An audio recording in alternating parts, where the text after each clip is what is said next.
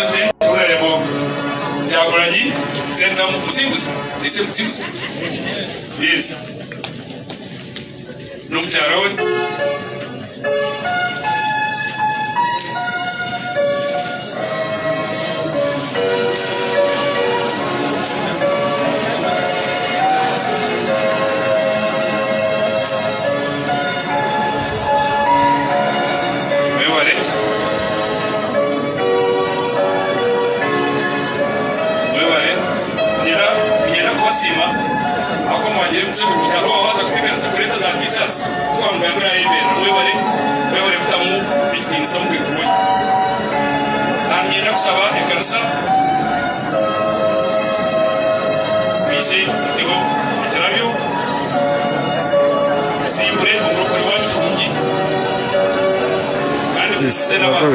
Lujo TV tubadde tusaako bimuli era nga pulezidenti amaze okusaako ekimuli ng'era tukyali mu kusaako bimuli.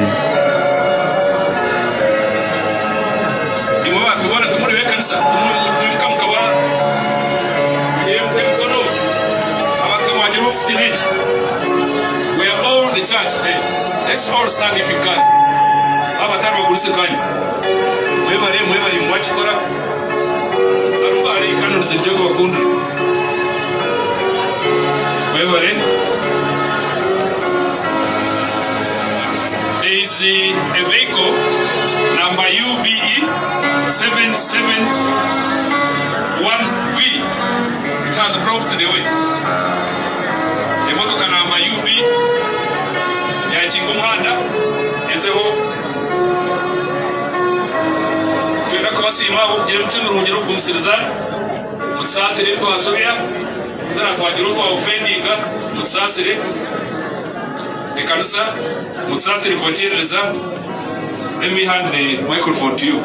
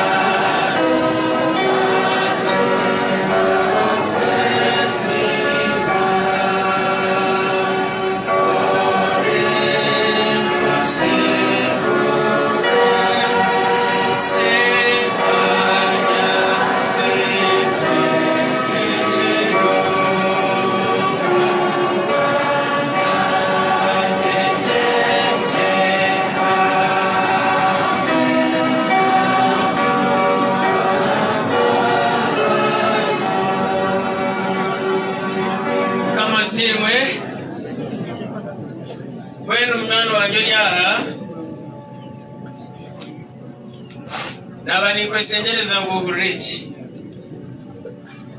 tarwe cyo kwiza kusemeza Mary akahumuraje ngahaguma ho buteka ikanisa yaheza kwemerera icyo nasemeze Mary no kuguma ho buteka ikanisa kahenderaje tukamusiburaje tukatenderezaje ekanise kahenderaje obemeri nubanize kumuraje bani kwesengereza mwana wageria nabani kwesengereza mu babazarhanga tuyonza kwakira date bishop emeritus okutumuza na loktezo mu cyagwa muhelu bani kwesengereza mwana wanje na kwesengereza mu buteka cyegereje obugenyi bwa Mary bwa muhelu Nifanarebo Reverend Namanya John Makuro Sabadikoni Osabadikono Bachizoba Kande Omerisa Mega Deriaha Agoberisoba Kaba Aro Chureti Wekanseji Uishamwe Kabanja Aro Abahereza Abande Abakurukomere Western Pole Diocese both retired and active. Kama shabe tena hamwe chemerere burundu kumwe Abakurukomere Western Pole Diocese for the interest of time.